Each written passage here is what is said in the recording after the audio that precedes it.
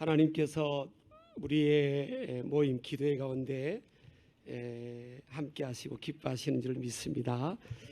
오늘 이 시간 함께 나눌 말씀은요, 마가복음 9장 29절입니다. 제가 읽겠습니다. 이르시되 기도 외에 다른 것으로는 이런 종류가 나갈 수 없느니라. 아멘.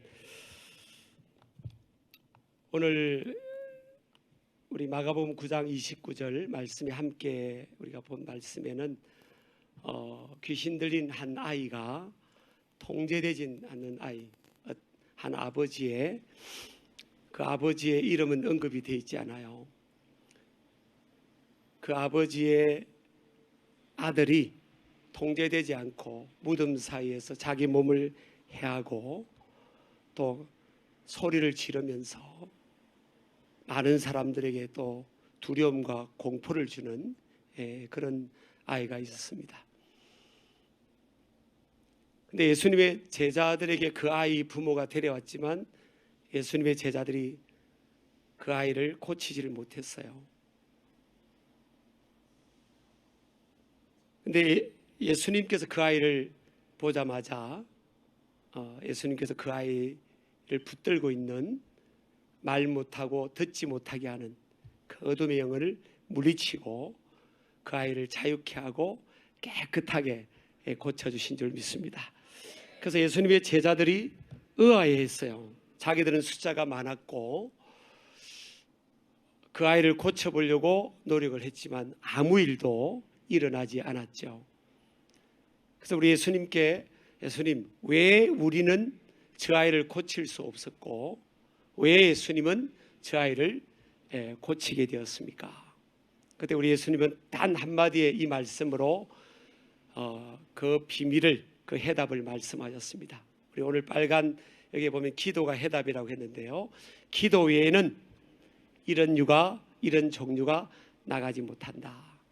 그러니까 그 아이를 붙들고 괴롭히는 그 존재가 예수님의 제자들은 그 어둠의 영적 존재이고 자기들이 그 앞에 있는, 자기들 앞에 놓여 있는, 자기들이 고쳐야 될 그 아이의 문제가 영적인 문제고 영적인 싸움의 문제라는 것을 예수님의 제자들은 알지를 못했어요. 그리고 그 아이 속에 역사하는 그 어둠의 영을 물리치지를 못했죠. 우리 예수님은 단번에 알았습니다. 내 이름이 무엇이냐? 말 못하고 듣지 못하게 하는 어둠의 영에 딱 붙들려 있는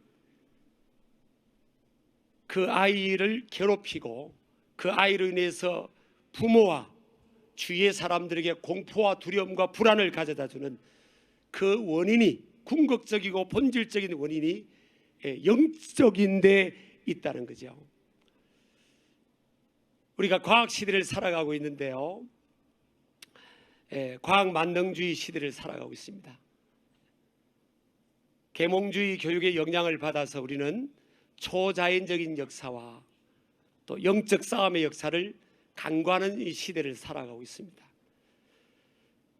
저는 목회자인데요, 새벽에 3시가 넘어서 갑자기 전화가 왔어요.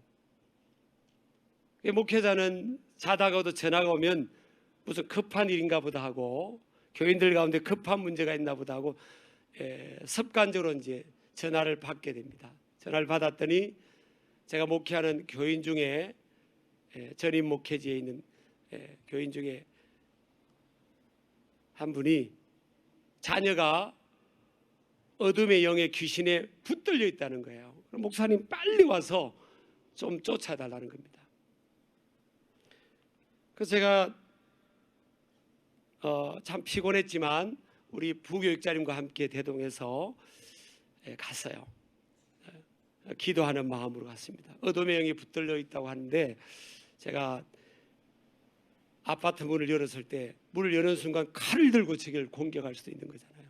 저도 약간 두려움도 있었지만 우리 부교육자님과 함께 막 기도합시다 이렇게 하고 이제 딱 아파트 문을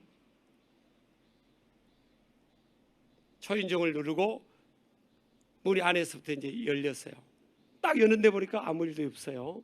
그래서 이제 우리 그 집사님한테, 집사님 뭐 아들이 어디 있냐고 그랬더니 저 방에 있다는 거예요. 이제 방에 있다고 그러니까 자기 방에 있다니까 더 좀 부담이 되잖아요. 방문을 여는 순간 뭐 칼을 들고 공격할 수 있는 거고 어둠의 영에 붙들려 있다고 하니까. 그래서 우리 부교육자님하고 또 기도하고 주여 하고 이제 방문을 딱 열었어요. 열었더니 아무 일도 없어요. 아이가 그 새벽 4시가 다 되도록요 컴퓨터 앞에 앉아서 공부하는 것이 아니라 게임을 하고 있더라고요. 근데 가만히 보니까 얘가 눈이 이상해요. 그냥 게임하고 그냥 새벽에 자기 좋아하는 놀이하고 있는 그게 아니라 깊이 들어가 보니까 어둠의 영에 붙들려 있는 거예요. 여러분 이 땅에 오늘날도 마찬가지입니다. 이 오늘 성경에 왜 아버지, 이 아이의 아버지가 이름이 누군지 언급이 되어 있지 않고 이 아이의 이름이 언급되어 있지 않을까? 시대마다 수많은 아이들이 수많은 가정에 이런 고통이 있는 거예요.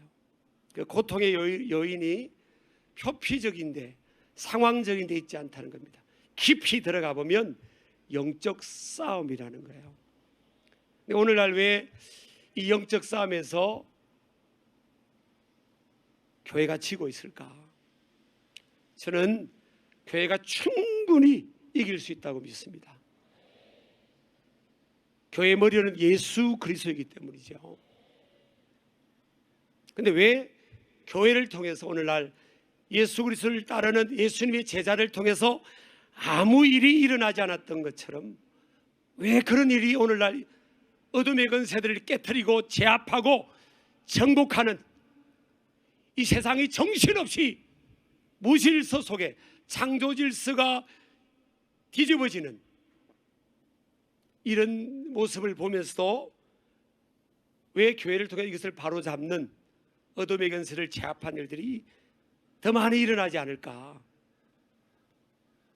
왜 예수님의 제자들에게 아무 일이 일어나지 않았을까? 예수님께서 답을 보여주시는 겁니다. 기도 외에는 이런 유가 나가지 못한다. 교회는 만민이 기도하는 집이라는 거예요. 제가 2년 전에 교회가 배려를 해주셔서 한 5주간 유럽을 돌아볼 기회가 있었어요. 물론 우리가 유럽에 대해서 소문을 많이 들었습니다. 유럽은 기독교 국가고 국민들의 약 90%가 영국을 중심으로 예수님을 믿는 나라들이 이루어진 대륙이었죠. 근데 오늘 유럽에 있는 교회들이 텅텅 비었다는 소식을 듣고 그걸 저 현장을 확인해 보고 싶었습니다. 그래서 2000년 동안 부흥이 일어나서 선교사를 바울과 바나바를 최초의 세계 선교사를 파송했던 안디옥 교회부터 5주간 영국 존 낙스가 목회했던 장로교회 부흥이 일어났던 에딘버러와 또 지금으로부터 약 120년 전에 웨일즈의 부흥이 일어났던 그곳까지 다 찾아가 봤어요. 120년 전에요 1년 6개월 동안 1903년부터 4년 동안 1년 6개월 동안 10만 명을 전도했던 교회가 있었어요. 그래서 거기를 가보고 싶었습니다.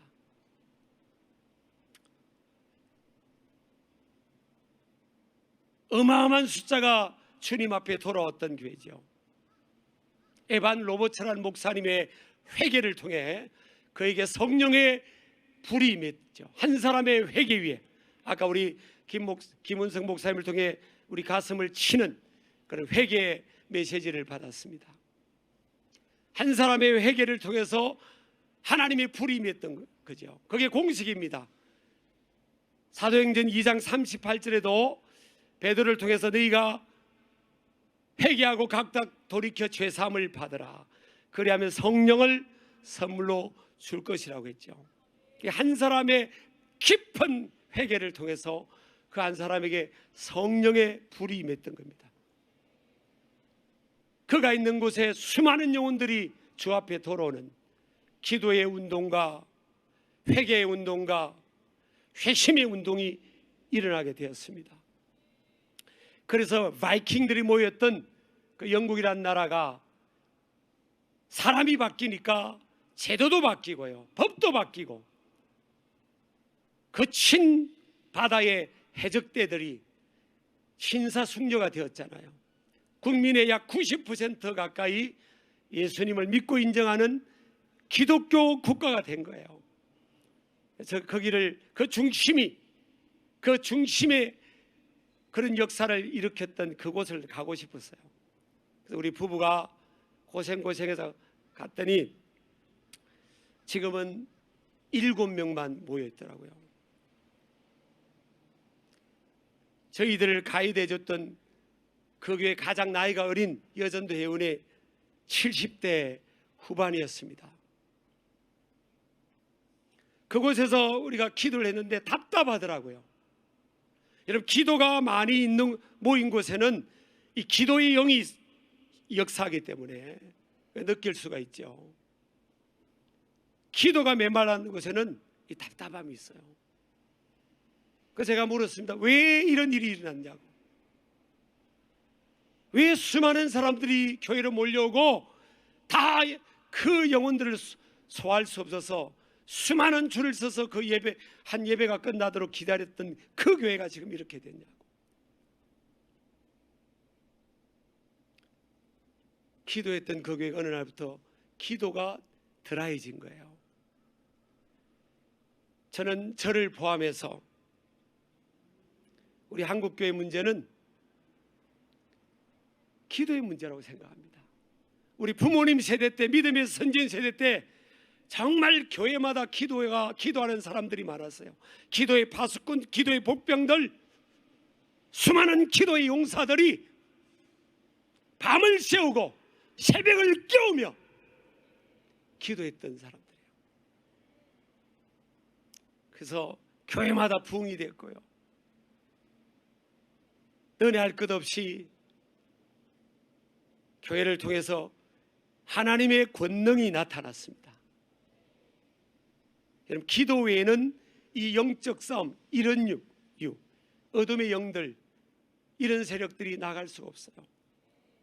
그런데 바꿔 말하면 뭡니까? 기도하면, 우리가 아무리 부족해도 기도하면 하나님이 기도하는 그 개인, 가정, 교회, 공동체, 나라, 민족 위에 영권을 주십니다.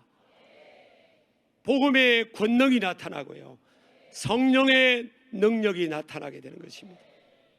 세상의 모든 것을 다스리는 리더십이 주어지게 됩니다. 그래서 창세기 1장 28절에 보면 땅을 다스리고 정복하고 땅 위에 번성하는 역사가 일어나는 거죠. 여러분, 우리 믿음의 선배들이 신앙생활을 했던 우리 한국교회 초창기는 믿는 사람들의 숫자가 적었습니다. 그러나 세상을 리드했고요, 교회를 깜보지 못했습니다. 어느 위대한 한국 사회 지도자는 경찰서 10개 마을에 있는 것보다 교회 하나 있는 게 훨씬 낫다고 그랬어요. 오늘날 이 땅에 교회가 많고요, 믿는 사람이 많습니다. 우리가 숫자가 적어서 이 세상을 리드하지 못하고 세상을 바른 길로 이끌지 못하는 게 아닙니다. 숫자는 많은데 기도의 용사들이 적은 거예요. 바꿔 말하면 뭐예요? 숫자가 작아도 우리가 하나님 앞에 기도하면 됩니다.